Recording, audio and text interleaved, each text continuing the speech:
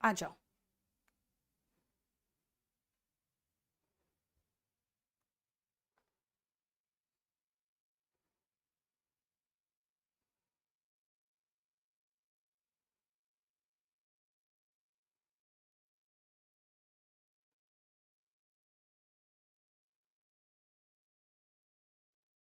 जल्दी से फटाफट देखो बेटा।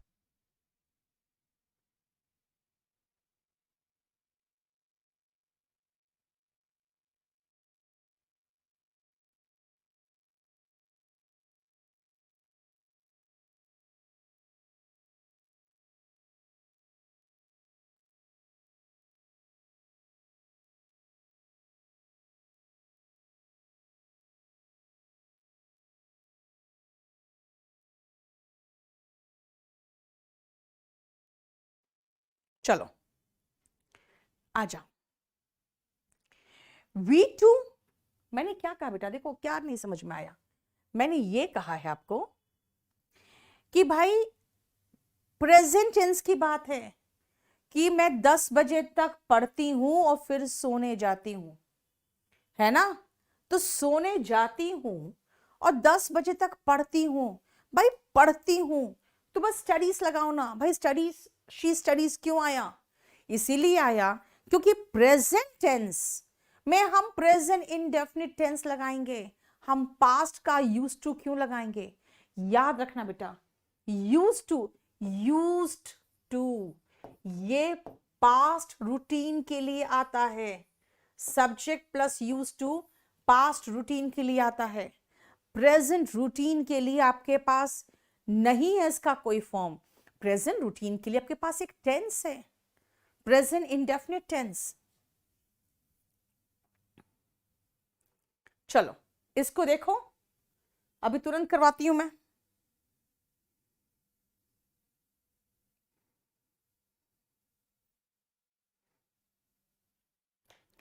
It is time you decide, you decided होगा। क्यों? सुनो ध्यान से।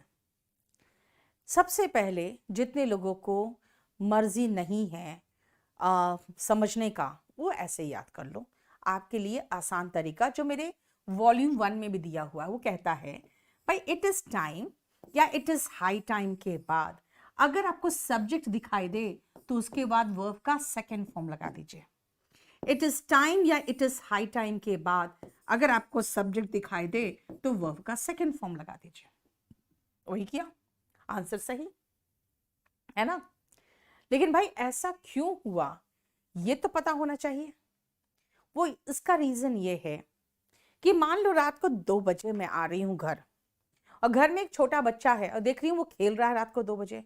मैं कहूंगी यार इसको तो इस समय सोया होना चाहिए था, इसको इस समय बिस्तर पे होना चाहिए था। मतलब मैं प्रेजेंट में इमेजिन कर रही हूं, इतनी रात गए, it's high time he were in bed. Present imagination के लिए हम सभी सब्जेक्ट के साथ वर्ब का सेकंड फॉर्म लगाते हैं। प्रज्वल बेटा, क्या कितना अच्छा होता अगर आपको इतना दिमाग होता कि मैं बाद में रिवाइंड करके देख लूं। सेम चीज रिपीट किए जा रहे हो, थर्ड नंबर बताइए, थर्ड नंबर बताइए। अभी फोर्थ नंबर बताइए था तो मैंने फोर्थ नंबर बता दिया पलट के, अब तुम थर्ड में आ गए हो। मतलब कॉमन सेंस की बात है, एक ही को मैं 3 बार एक्सप्लेन कर रही हूँ, बाद में पलट के देख लेना।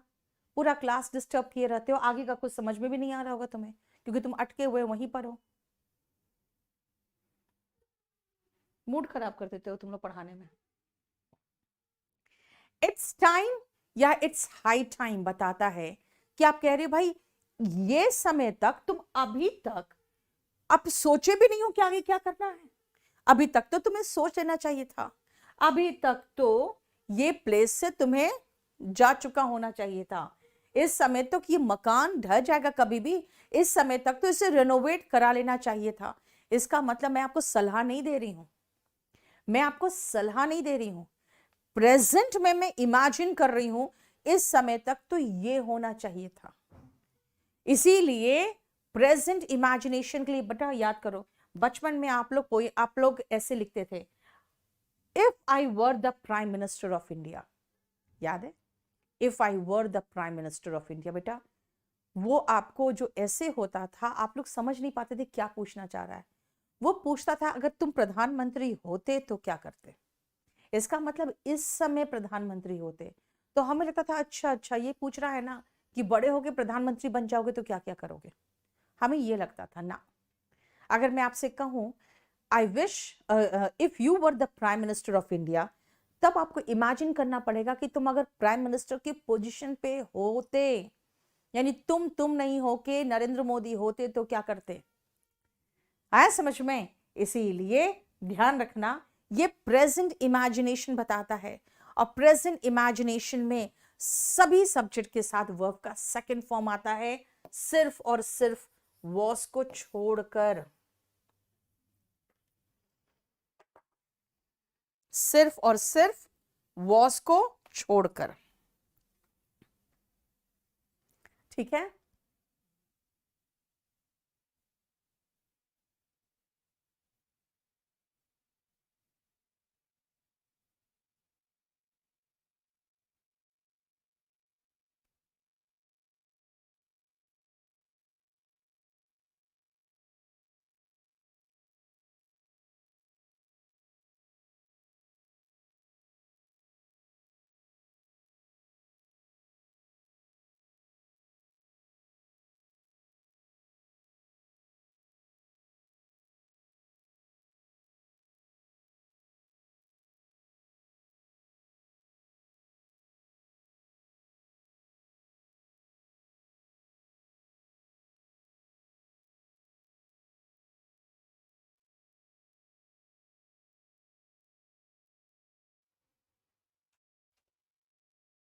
वॉस क्यों नहीं, मुकुट जानते हो क्या है? सुनो, अगर मैं कहूं आई एम अ टीचर, मतलब मैं टीचर हूं। आई वॉज अ टीचर, मैं टीचर थी। अब मैं ये बोलना चाह रही हूं काश मैं टीचर होती, कैसे बोलूं? ऐसे कंडीशन के लिए क्या किया गया, बनाया गया बेटा, छोड़ो सब, वर लगा दो सबके साथ, प्रेजेंट इमेजिनेशन हो जाएगा। ठीक है, बस इतना ही रहने दो आज, और इसको हम लोग यहीं पर खत्म करते हैं। तुम लोग हल्ला मचाते हो बहुत ज्यादा।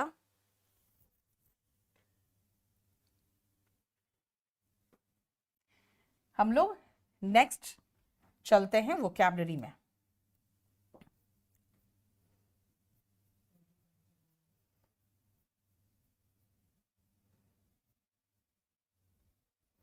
प्रैग्मेटिक तक हो गया था? नहीं, प्रैग्मेटिक तक नहीं हुआ था। चलो हेट्रोडॉक्स तक हुआ था। चलो नेक्स्ट आप।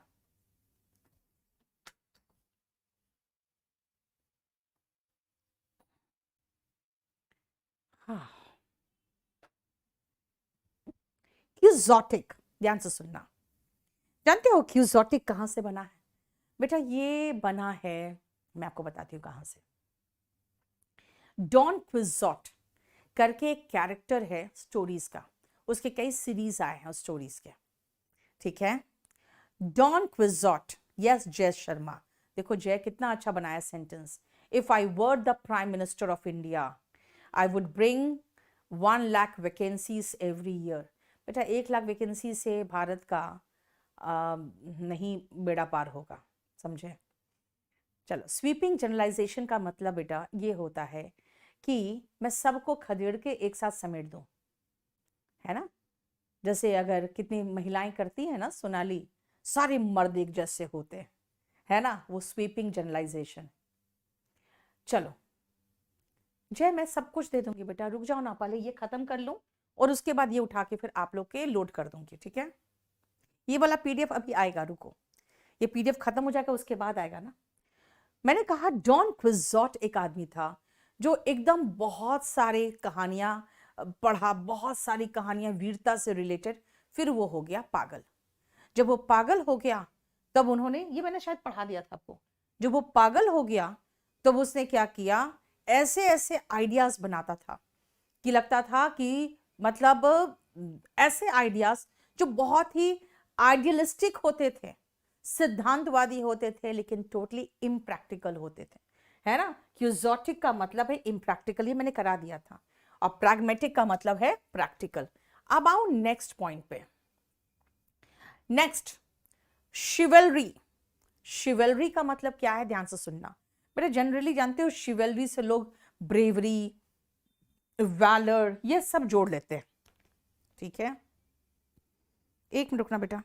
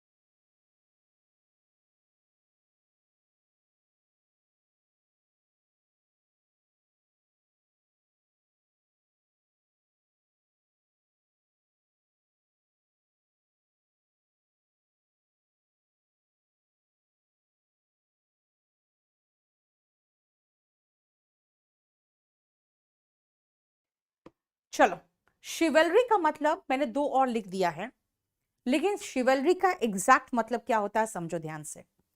जो महिलाएं होती है ना, उनको ऐसे मर्द अच्छे लगते हैं जो वीर भी हो, उसके प्रति पोलाइट भी हो, और जैसे नहीं होता है कि हाँ अगर महिला है तो पहले आप एंट्री करिए, उसके लिए गाड़ी भी खोल दे, यानी कि बहुत विनम्र टाइप का है ना, लेकिन ब्रेव भी हो। यानी सम्मान, पोलाइटनेस, ब्रेवरी, ये तीनों चीज मिक्स्ड हो, राइट, वो शिवलरी होता है। और ऐसे मर्दों को शिवलरस कहते हैं। इनके सिनोनिम में गैलेंट और वैलर, गैलेंट्री और वैलर दिख जाएगा। शिवलरस के सिनोनिम में गैलेंट और वेलियंट दिखेगा, लेकिन मैं शिवलरी यानी नाउन के रूप में बता रही हूं, तो नाउन के रूप में ये याद रखना, सिनोनिम गैलेंट्री एंड वैलर होगा। बेटा मैंने 3-4 बार बता चुकी हूं, कोई पेज नंबर में नहीं है मुकुट, क्योंकि क्लास नोट्स में नहीं है, इसका अलग बुक आना था, अभी तक नहीं आया है, रुक जाओ। अब 26, 27, 28 एक साथ देखोगे। बेटा एक वर्ड है ब्रेवरी, समझते हो, ब्रेवरी का मतलब वीरता। अब हमारे जो सैनिक हैं उनमें क्या है, वीरता है, ब्रेवरी है। लेकिन आप देखते हो कुछ ऐसे ब्रेवरी दिखाते हैं सोल्जर्स, जैसे पाकिस्तान से क्या किया, अब आके हमारे भारत में और सिर काट के और सैनिक का ले गया, है ना। मैं तो कहूंगी भाई देखो कितना वीरता था, है ना, बहुत वीरता दिखाया उन्होंने। भाई आपके देश में घुस के और वो काट के ले गया, तो ये वीरता ही तो है। कहोगे मैम ये तो बहुत गंदी चीज थी, है ना, खुद कहोगे बहुत गंदी बात थी, ये वीरता नहीं, ये बहुत ही गलत तरीके का वीरता है। यानी यही तो मैं कहना चाह रही हूं, गलत तरीके का वीरता का मतलब क्या हुआ, जैसे आप अपने फादर के सामने बहस लगाते हो उनसे, वीरता ही तो है ना, कि जो पैदा किए उससे बहस लगा रहे हो, लेकिन ये पसंद नहीं की जाती है। ऐसे वीरता को हम कहते हैं ब्रेजननेस, जिसको कहते हैं अनड्यू ब्रेवरी। अनड्यू ब्रेवरी को कहते हैं ब्रेजननेस। डच करेज क्या है, पीने के बाद देखना लड़कों में कितना ज्यादा वीरता आ जाएगा ना, उसके बाद तो वो अपने आप को शेर समझता है, नहीं क्या, और जैसे खत्म होता नशा उतरता है फिर से शेरू बन जाता है। शेरू मतलब कुत्तों का नाम शेरू होता है नहीं, हाँ हाँ, जो पी लेते देखना उन शराबियों को एकदम शेर बन जाएंगे। दैट इज कॉल्ड डच करेज। जानते हो ये डच ने एक बार मैं जानते हो ये सब गंदी बातें क्या होती है इंग्लैंड और इंग्लिश की। इंग्लिश मेन जो होते हैं ना बहुत कमीने होते हैं। इन लोग क्या करते हैं, जिसके साथ भी इनका वॉर हुआ या कुछ भी हुआ, उनके नाम से कुछ इडियम्स बना देते हैं और जिंदगी भर उनकी बेइज्जती करते रहते हैं और पीढ़ी दर पीढ़ी उनकी बेइज्जती करते हैं। जैसे कि डच करेज, बेटा डच पे बना दिया। और डच करेज का मतलब क्या हो गया, यानी पीने के बाद जो हिम्मत आ जाती है ना, बस उसी को डच करेज कहते हैं। इतने कमीने हैं कि दिखा दिया कि देखो तुम लोगों ने जो करेज दिखाया है ना, वो शराब के नशे में दिखाया है ना। और डच एक्ट पता है क्या है? डच एक्ट का मतलब होता है सुसाइड करना। मतलब तुम जो हमसे लड़ने आए हो ना, सुसाइड ही तो करने आए हो। और हिम्मत जो दिखाया हो वो शराब का नशा का हिम्मत था और कुछ नहीं। तुम्हारे में इतनी हिम्मत नहीं थी कि हमसे वॉर करने आते। ठीक है, सो रिमेंबर डच करेज का मतलब होता है ऐसी हिम्मत जो शराब पीने के बाद आती है। अब ब्रेविडो तो अपने मोहल्ले के लड़कों को देखना, जब तुम पास से गुजरोगी ना, जो लड़कियां हैं जान लो, तो देखना फिर कितना हिम्मत दिखाएगा, किसी से भिड़ जाएगा, किसी भी लड़के से भिड़ जाएगा। फिर आप देखते जाओगे अच्छा बड़ा हिम्मत वाला लड़का है ना, इतना इतना बहादुर लड़का है, ये मेरी रक्षा तो बहुत अच्छा से कर सकता है। लड़कियों को अच्छा लगता है ना वीर लड़कों के साथ घूमना। उसके जब वो आगे निकल जाएंगे ना बेटा, तो याद रखना पीछे से वो लड़का उस दूसरे लड़के से जिससे मारपीट करने की कोशिश कर रहा था ना, उसको कहेगा माफ करना भाई, और दूसरा लड़का भी माफ कर देगा उसको। पता है क्यों?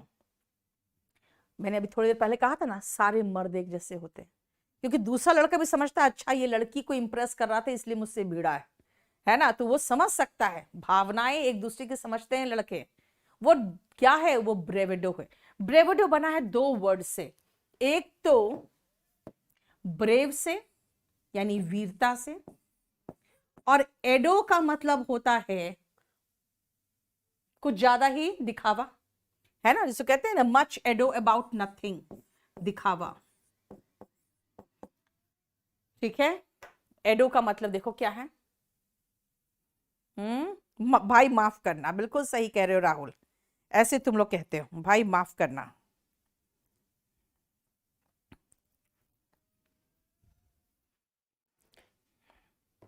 हाँ दिखावा, या जिसको कहोगे फस, FUSS, है ना। कुछ ज्यादा ही कुछ ना कुछ बदमाशी करना, है ना। तो इसका मतलब हो गया ये एडो, ब्रेवरी का दिखावा विदाउट एनी रीजन। क्या है ये? ब्रेवेडो है। जैसे आप जब बूढ़े हो जाओगे ना, तो आप जवानी में जो ब्रेवेडो किए हो उसको याद कर करके आपको हंसी आएगी। चलो, सिनिकल। सिनिकल ऐसे लोग होते हैं जो मानते हैं कि अच्छा अगले को क्या फायदा है जो हमको ये सलाह दे रहा है। यानी आप कुछ अच्छा भी करना चाहोगे ना, तो वो इसमें आपकी चालाकी समझेगा। One who thinks all are selfish, जिसे लगता है कि सब लोग सेल्फिश है। यानी आप कुछ अच्छा भी करना चाहोगे तो उसे लगेगा भाई इसका क्या फायदा है जो ये काम कर रहा है ना। इसलिए सिनिकल लोग होते हैं जो हमेशा मानते हैं कि सभी लोग ही क्या होते हैं, अपने सेल्फिश होते हैं। बेटा मेटिकुलस बना है एक वर्ड मेटस से, इसका रूट याद रखना, ये वर्ड मेटस से बना है। और मेटस का मतलब होता है फियर।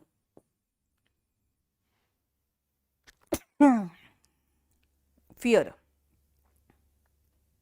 ठीक है। जब आदमी डर से कोई काम करता है, डर से नहीं, थोड़ा सा सहम के भी नहीं, थोड़ा सा केयरफुल होके। जैसे मैं जब कुछ लिखती हूँ बढ़िया सा कुछ, तो मैं थोड़ा मेटिकुलस टास्क रहता है मेरा, ताकि उसमें कुछ गलती ना हो, फिर काट पीट अच्छा नहीं लगता, सुंदर नहीं लगता है ना। तो अगर मान लो किसी का बहुत नीट एंड क्लीन और बहुत अच्छा काम है आपके पास आया, तो आप कहोगे मेटिकुलस टास्क। मेटिकुलस का मतलब होता है वेरी केयरफुल और बहुत अच्छे से किया हुआ। देखो क्लियर?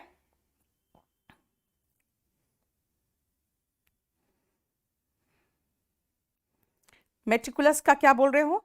यस, जिसमें बहुत ग्रेट अटेंशन दिखे आपको, दैट शोज ग्रेट अटेंशन। ठीक है, आज इतना ही रहने दोगे? हम्म आज इतना ही रहने दो सूरज, आज इतना ही रहने दो। वो नीचे है क्या झाड़ी में?